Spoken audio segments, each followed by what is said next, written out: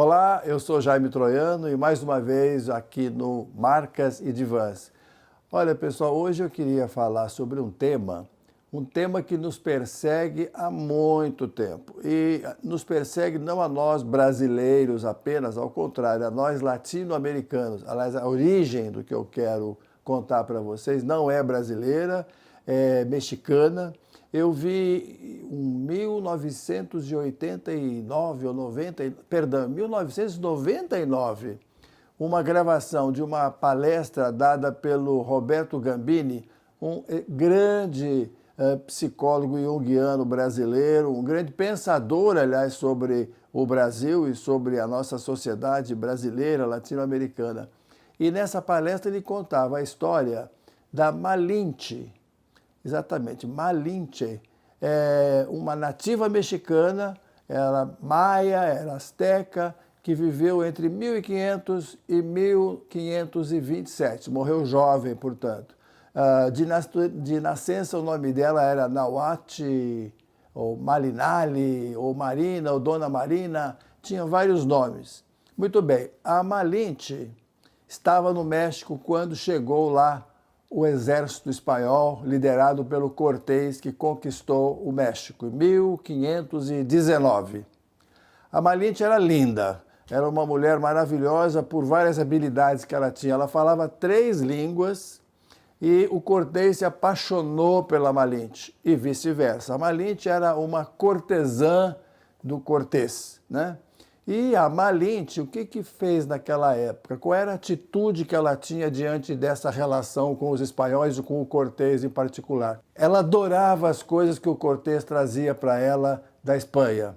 De alguma forma, até algumas pessoas chamavam ela na época de traidora, tal, por abandonar as coisas locais e pela paixão que ela tinha pelo que vinha de fora.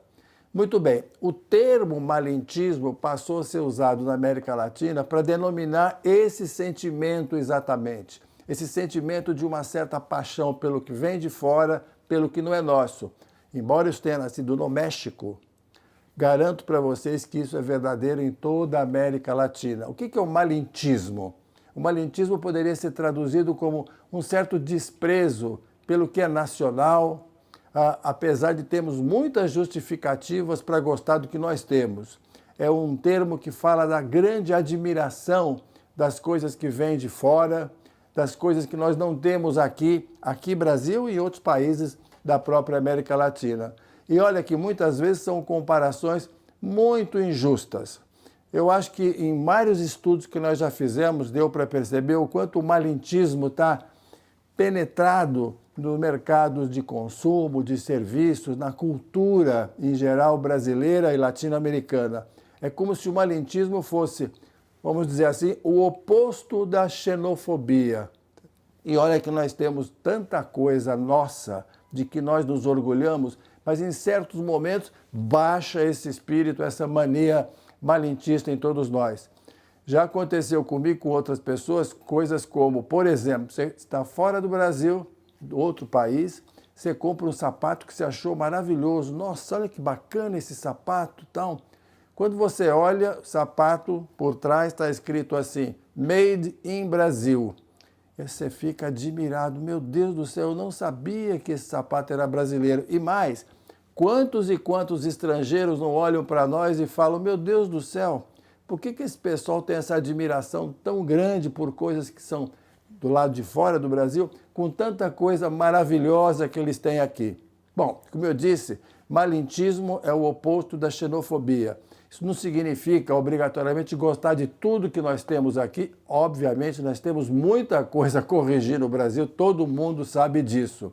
Mas eu acho que vale apenas um olhar cuidadoso para eliminar esse excesso de malinchismo, esse excesso de um olhar que desdenha aquilo que está aqui dentro do nosso país.